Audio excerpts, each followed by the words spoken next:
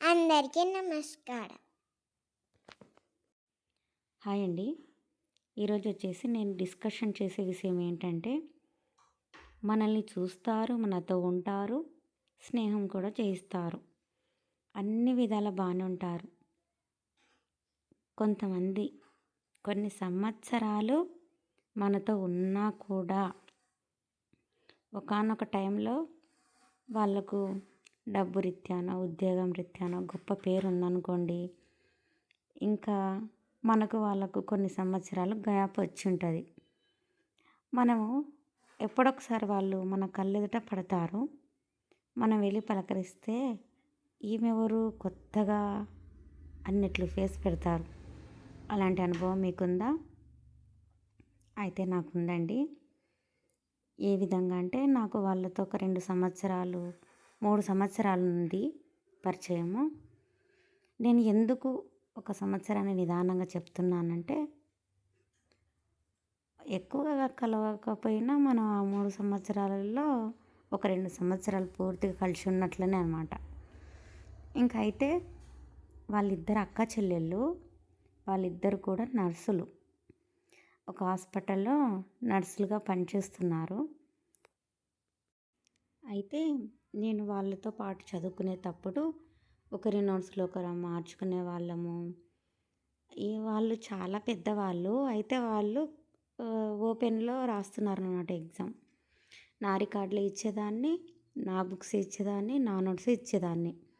వాళ్ళు అసలు ఇంకా వచ్చేవాళ్ళే కాదు కదా సరిగ్గా. అయితే ఎగ్జామ్ అప్పుడు కలుస్తాము వాళ్ళతోటి, మామూలు ఫంక్షన్లు అప్పుడు కలుస్తాము, ఇంపార్టెంట్ క్లాస్ ఉన్నప్పుడు కలుస్తాము, ల్యాబ్ అప్పుడు కలుస్తాము. ఆ విధంగా వాళ్ళని కలుస్తాము. వాళ్ళతో ఒక ఫ్రెండ్షిప్, ఫోన్ నెంబర్ తీసుకొని మాట్లాడుకునేంత ఫ్రెండ్షిప్ బాగానే ఏర్పడింది. బాగా వస్తారు, అన్నిట్లో ఉంటారు, మధ్యలో మధ్యలో క్లాసులు కూడా వినిపోతుంటారు. అయితే ఇంకా పెళ్ళి అయిపోయింది. ఇంకా నాకు పెళ్ళైన తర్వాత అంటే వాళ్ళల్లో ఫస్ట్ వాళ్ళ అక్కకు పెళ్ళయింది, 2 పిల్లలు. ఇంకా చెల్లెలకైతే కాలేదు. వాళ్ళ ద్వారానే నాకు పెళ్ళయిందండి. ఎలా అంటే, తను హాస్పిటల్లో తన రికార్డులు మర్చిపోయిందని నన్ను తోడు పిలుచుకొని వెళ్ళింది.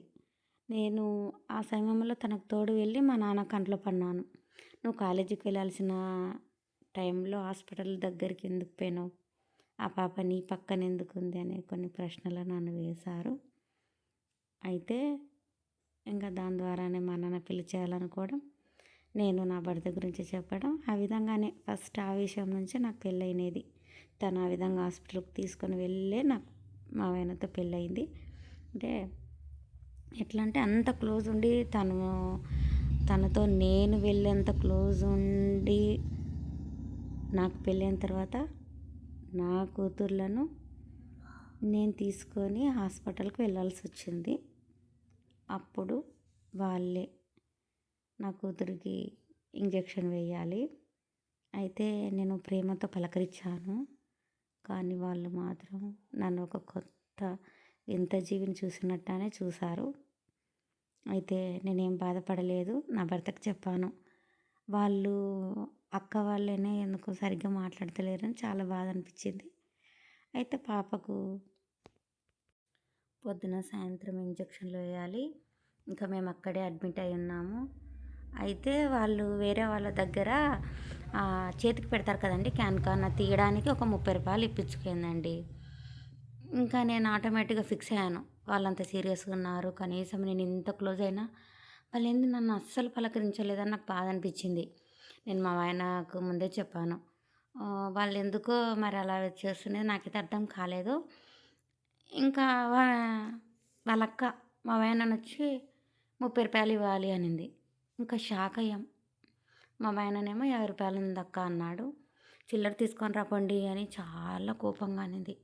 నాకైతే ఎంత బాధ అనిపించింది అంటే అంత బాధ అనిపించిందండి. ఇంకా నేను వెంటనే అన్నాను, 50 ఇచ్చేసేయి అని చెప్పేశాను.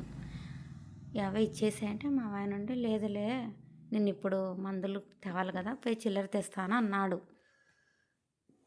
ఇంకా వీళ్ళు అంత క్లోజ్ అయ్యింది, నా బుక్స్ తీసుకొని రాసుకొని నాతో స్నేహంగా ఉండి నాతో ఉండి వాళ్ళు ఎలా మోసం చేయాలనుకుంటారు? దీని మోసమా లేకపోతే ఏమో మరి నాకైతే తెలియదు, కానీ నేనైతే చాలా బాధపడ్డానండి. మనకొక్కరోజు కలిస్తేనే మళ్ళసారి కొంతమంది విశ్వాసంతో వచ్చి మాట్లాడే వాళ్ళు ఉంటారు. అట్లాంటిది వాళ్ళు మనతో 3 సంవత్సరాలు ఉండి మనతో మాట్లాడి మన బుక్సే తీసుకొని మనతో అంత ప్రేమగా ఉండి అంత పక్కల పక్కల ఉన్న వాళ్ళు ఈ విధంగా ఎలా చేస్తారు అనేది అస్సలు ఒక డిప్రెషన్లో ఉంటాం మనం. ఊహించుకోండి అలాంటి వాళ్ళు ఉన్నారా?